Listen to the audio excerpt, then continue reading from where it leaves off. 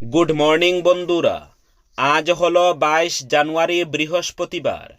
আজকের বরাক উপত্যকা তথা আসামের শ্রীভূমি, শিলচর, হাইলাকান্দি এবং ভারতের বিভিন্ন প্রান্তের আজকের সকালের বিশেষ বিশেষ খবরগুলি হল: কাছাড়ের বিদ্যালয় পরিদর্শক ও জেলা প্রাথমিক শিক্ষা আধিকারিকের কার্যালয় থেকে জারি করা এক আদেশে জানানো হয়েছে, জেলায় স্কুলের সময়সূচি সংক্রান্ত পরবর্তী আদেশটি আনুষ্ঠানিকভাবে প্রত্যাহার করা হয়েছে।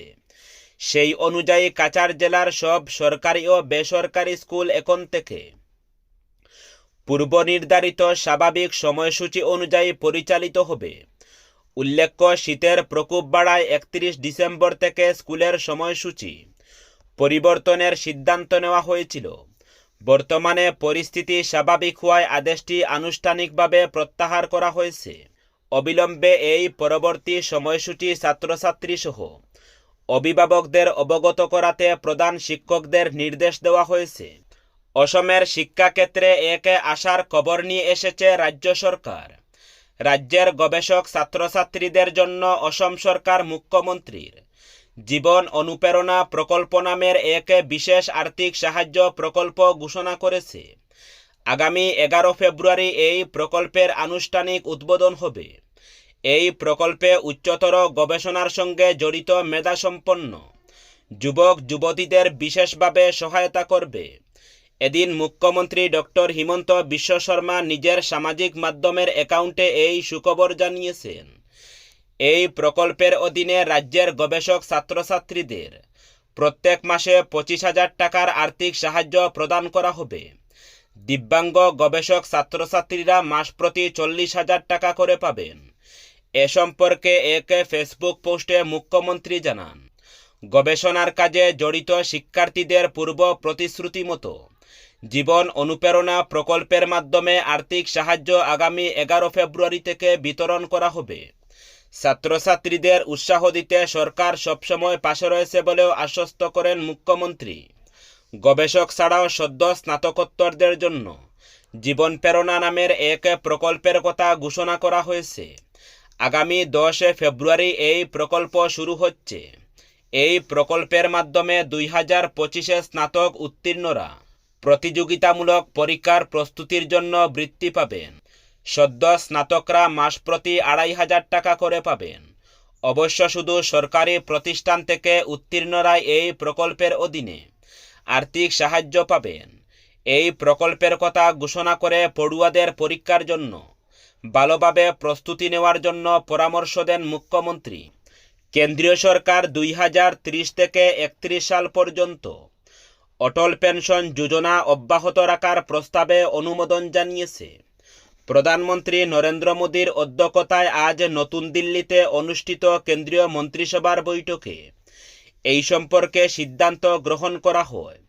অসংগঠিত ক্ষেত্রে শ্রমিকদের জন্য বৃদ্ধ বয়সে আয় সুনিশ্চিত করার উদ্দেশ্যে 2015 সালের মে মাসে এই প্রকল্পের সূচনা করা হয়েছিল। এই প্রকল্পের অধীনে গ্রাহকরা 60 বছরের পর প্রতি মাসে 1,000 টাকা থেকে 5,000 টাকা পর্যন্ত পেনশন প্রদান করা হয়। এই প্রকল্পের অধীনে এ পর্যন্ত 8,63,00,000 গ্রাহক নাম পঞ্জীয়ন করেছেন। বড়খোলা বিধানসভার শালচাপড়া শিক্ষা ব্লকের অন্তর্গত বিভিন্ন বুথে প্রায় 4,000 ভোটারের নাম তালিকা থেকে কর্তন করা হয়েছে। অপরিচিতদের অভিযোগ তুলে তাদের নাম কর্তন করা হয়েছে বলে 7 নম্বর ফর্মে দেখানো হয়েছে। বহু বিএলও, শিক্ষক, পুলিশ, সামরিক বাহিনী, অসামরিক বাহিনীর কর্মীদের নামও ভোটার তালিকা থেকে কর্তন করা হয়েছে। এমনকি কর্তব্যরত বিএলওর নামও কর্তন করা হয়েছে বলে অভিযোগ। ভোটার তালিকার চলতি এসআর প্রক্রিয়া বিড়ম্বনার শিকার হলেন বিএলওরাও। বুধবার সন্ধ্যায় সুপারভাইজার বিআরপি বিপ্লব দাস ও সিআরসিসি জয়ব্রত নাথ বিএলওদের 7 নম্বর ফর্ম সমঝানোর পর তাদের চোখে মুখে চাপে পরিলক্ষিত হয়। বাড়িতে রয়েছেন এমন মানুষের নামও কর্তন করা হয়েছে দেখে বিএলওরা সুপারভাইজার বিআরপি বিপ্লব দাস ও সিআরসিসি জয়ব্রত নাথকে চেপে ধরলে বিএলওদের কোনো কথার উত্তর না দিয়ে চলে যান তারা। এতে বিএলওদের মনে ক্ষোভের সৃষ্টি হয়। পরে সিআরসিসি জয়ব্রত নাথ বিএলওদের বোঝানোর চেষ্টা করলেও তারা 7 নম্বর ফর্ম সমঝে দেননি। বিইও জয়ন্তী পালের কাছ থেকে বৃহস্পতিবার 7 নম্বর ফর্ম সমঝে নেবেন বলে জানা গেছে বড়খলা বিধানসভায় 9 থেকে 10,000 কোনো এক বিশেষ সম্প্রদায়ের নাম ভোটার তালিকা থেকে কর্তন করা হয়েছে। বর্তমানে শিলচর ট্রাফিক বেঞ্চে কর্তব্যরত এবং শালচাপড়া শিক্ষাখণ্ড এলাকায় বিওলর ডিউটিতে রয়েছেন তাদের নামও কর্তন করা হয়েছে। মার্কিন প্রেসিডেন্ট ডোনাল্ড ট্রাম্প ফের প্রকাশ্যে ইরানকে কড়া হুঁশিয়ারি দিলেন। মঙ্গলবার এক সাক্ষাৎকারে তিনি স্পষ্ট ভাষায় জানান, যদি কখনো ইরান তার উপর হামলা চালাতে বা হত্যার চেষ্টা করতে চায় তবে তার পরিণতি হবে ভয়াবহ। ট্রাম্পের কথায় এমন পরিস্থিতি তৈরি হলে ইরানকে পৃথিবীর মানচিত্র থেকেই মুছে ফেলা হবে। এই মন্তব্যকে ঘিরে নতুন করে উত্তপ্ত হয়ে উঠেছে ওয়াশিংটন ও তেহরান সম্পর্ক। ইসরায়েলের প্রধানমন্ত্রী বেঞ্জামিন নেতানিয়াহু ইতিমধ্যেই হুঁশিয়ারি দিয়ে বলেন, ইরান হামলা করলে পাল্টা এমন আঘাত আসবে যা তারা কল্পনাও করতে পারেনি। এবার ট্রাম্পের মন্তব্যে পরিস্থিতি আরও জটিল হয়ে উঠল। ট্রাম্প এর আগেও একই ধরনের হুঁশিয়ারি দিয়েছিলেন। হোয়াইট হাউসে রেফার কিছুদিনের মধ্যেই তিনি সাংবাদিকদের বলেন, ইরান যদি কোনো পদক্ষেপ নেয় তবে তাদের সম্পূর্ণ ধ্বংস করা হবে। অন্যদিকে ইরানের সেনা আধিকারিক জেনারেল অবল ফজল শেকারচি পাল্টা হুঁশিয়ারি দিয়ে বলেন, তাদের সর্বোচ্চ নেতার দিকে যদি অগ্রাসনের হাত বাড়ানো হয় তবে শুধু সেই হাতই কেটে ফেলা হবে না, গোটা বিশ্বে আগুন জ্বালিয়ে দেওয়া হবে। তার দাবি, ইরান কোনোভাবেই সংযম দেখাবে না।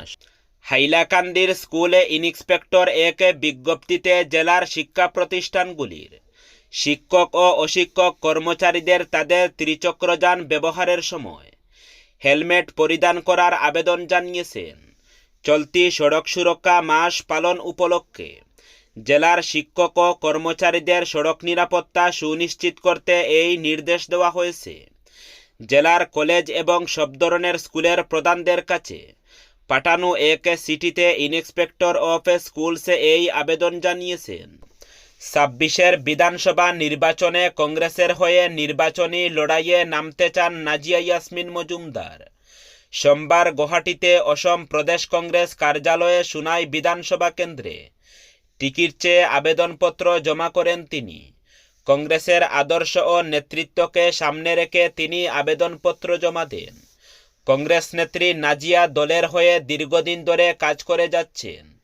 উচ্চশিক্ষিত এই মহিলা বরাক উপত্যকার 3 জেলায় সামাজিক কাজেও নিজেকে জড়িয়ে রেখেছেন। তিনি বলেন, কংগ্রেস মহিলাদের যদি প্রাধান্য দিয়ে বিধানসভা নির্বাচনে টিকিট দেয় তাহলে তৃণমূল স্তরের দল আরও শক্তিশালী হয়ে উঠবে। তিনি আশাবাদী কংগ্রেস হাইকমান্ডও বিষয়টির উপর গুরুত্ব দেবেন।